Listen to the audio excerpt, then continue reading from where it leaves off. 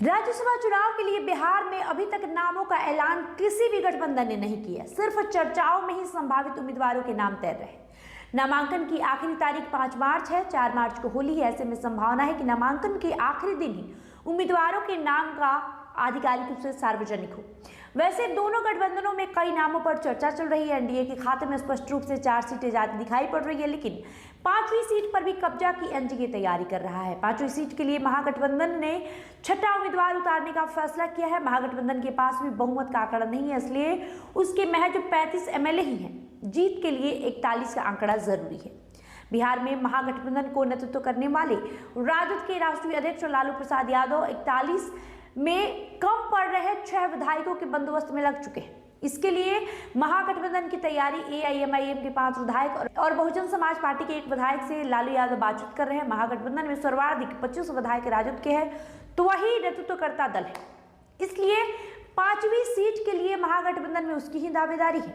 उम्मीदवार कौन होगा जिसके नाम पर सबकी सहमति बढ़ जाए, इसके प्रयास में राजद लगा हुआ है। महागठबंधन ने अगर किसी मुस्लिम को कैंडिडेट बनाया तो एआईएमआईएम का समर्थन मिलने में आसानी होगी। हालांकि व्हीप का प्रावधान नहीं होने के कारण विधायकों पर कोई बंदिश नहीं होती, यानी चुनाव में विपक्ष का वही उम्मीदवार कामयाब हो सकता है जो स्वाभाविक रूप से सर्वमान्य हो और उसके एंटी में पैसे भी। एनडीए की बात करें तो विधायकों की संख्या के हिसाब से 4 सीटें, यानी जो 2 जदयू और 2 भाजपा, उसे मिलनी पक्की है। 5वीं सीट में एनडीए जीतने में सफल हो सकता है अगर ये 3 विधायकों का बंदोबस्त कर लेता है। सूत्रों की माने तो एनडीए ने इसके लिए महागठबंधन की घटक आईआईपी के एकमात्र विधायक आईपी गुप्ता पर नजर गड़ाया है, तो कांग्रेस के नाराज चल रहे विधायकों पर भी उसकी नजर है। कांग्रेस के 3 विधायक शुरू से ही बागी तेवर अपनाए हुए हैं। बसपा के विधायक को भी पटाने के फिराक में एनडीए लगी हुई है। महागठबंधन की सफलता विपक्षी विधायकों की एकजुटता पर ही निर्भर है, जबकि एनडीए की कामयाबी विपक्ष में सिंधमारी से ही संभव हो पाएगा। सिंधमारी करने या रोकने के लिए जाहिर तौर पर पैसा और प्रलोभन ही कारगर होगा। राज्यसभा से रिटायर हो रहे जदयू के 2 सांसदों रामनाथ ठाकुर और हरिवंश नारायण सिंह के बारे में अभी तक यही स्पष्ट नहीं हो पाया है कि पार्टी उन्हें रिपीट करेगी या परिपाटी के मुताबिक दोनों की जगह नए लोगों को मौका मिलेगा। चर्चा ये है कि जदयू हरिवंश को तो बदलना चाहता है, लेकिन रामनाथ ठाकुर के नाम पर अभी जीत है। रामनाथ ठाकुर बिहार के भूतपूर्व सीएम कर्पूरी ठाकुर के पुत्र है। कर्पूरी ठाकुर को नीतीश कुमार अपना आदर्श मानते रहे। रामनाथ ठाकुर केंद्र में मंत्री हैं। अति पिछड़ी जाति से होने के कारण जातीय समीकरण में भी वे फिट बैठते हैं। उन्हें हटाने पर पार्टी के प्रति अति पिछड़ी जातियों के वोटरों में प्रतिकूल संदेश जाएगा। इसके बावजूद उन्हें बदलने का फैसला जदयू करता है तो यकीनन उन्हें कोई महत्वपूर्ण जिम्मेदारी मिलेगी। उन्हें संगठन या राज्य सरकार में कोई महत्वपूर्ण जगह मिल सकती है। अगर ऐसा हुआ तो जदयू किसे मौका देगा, इस पर 2 नामों में बिहार के सियासी गलियारों में जोरदार चर्चा है। नीतीश कुमार के बेटे निशांत का नाम सबसे ऊपर चल रहा है। दूसरी सीट के लिए कई नामों की चर्चा है। आईएएस की नौकरी छोड़कर नीतीश की सलाह पर जदयू से जुड़े मनीष वर्मा, भोला शर्मा और जदयू के कभी राष्ट्रीय अध्यक्ष रहे आरसीपी सिंह के नाम पर भी चर्चा है। क्योंकि पहले भी नीतीश कुमार अपने सियासी फैसलों की जानकारी समय पर ही सार्वजनिक करते रहे, इसलिए जब तक नामों की घोषणा नहीं हो जाती है तब तक सिर्फ कयास ही मानना चाहिए।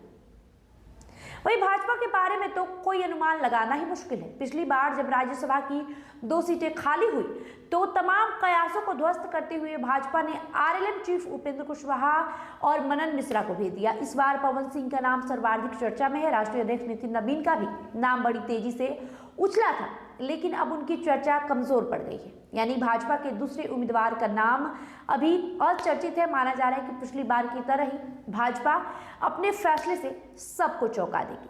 बात करें उपेंद्र कुशवाहा की, तो उपेंद्र कुशवाहा की पार्टी के सिर्फ 4 विधायक हैं। इतनी छोटी संख्या के सहारे उनका फिर से राज्यसभा जाना संभव नहीं है। कोई नहीं वोटरों पर उनका अच्छा प्रभाव है। चर्चा है कि भाजपा उन्हें राज्यसभा भेज सकती है, लेकिन इसके लिए कुछ शर्तें हैं। अव्वल यह है कि कुशवाहा अपनी पार्टी का विलय कर भाजपा का बन जाए। इससे उन्हें दोबारा राज्यसभा जाने का मौका तो मिल ही जाएगा। उनकी पार्टी के नाराज विधायकों को भाजपा अपने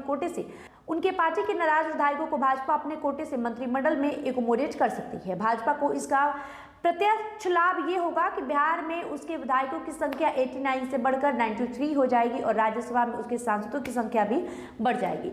उन्हें केंद्र में मंत्री भी बनाया जा सकता है। जानकारी तो ये भी मिल रही है कि भाजपा ने अपना प्रस्ताव कुशवाहा के सामने रख दिया है। अब उनके ऊपर है कि वे क्या करते हैं। अगर ऐसा होता है तो भाजपा चिराग पासवान की भी मुरीद पूरी कर देगी, जो अपनी मां रीना पासवान के लिए राज्यसभा की सीट चाहते रहे हैं। तब 5वीं सीट पर भाजपा चिराग को मौका दे सकती है। ये भी कि सम्मिलित प्रयास से चिराग के लिए 3 वोटों का बंदोबस्त भी एनडीए की ही जिम्मेदारी होगी। सभी 5 सीटें जीतना और विपक्ष की हवा निकालना ही एनडीए का लक्ष्य है। साथ ही ऐसा होने पर एनडीए के घटक दल भी संतुष्ट हो जाएंगे। चिराग ने पहले इस बात से इनकार कर दिया था कि मां को राज्यसभा भेजने की रेस में है, लेकिन अपने विधायकों के साथ बैठक के बाद अब उनके सुर भी बदले हुए नजर आ रहे हैं। यानी वे भी चाहते हैं कि उनकी पार्टी से भी किसी को राज्यसभा जाने का मौका मिलना चाहिए। बहरहाल वीडियो में इतना ही। वीडियो को लेकर आपकी जो भी प्रतिक्रिया होगी कमेंट बॉक्स में लिखते जाइएगा। बहुत बहुत शुक्रिया।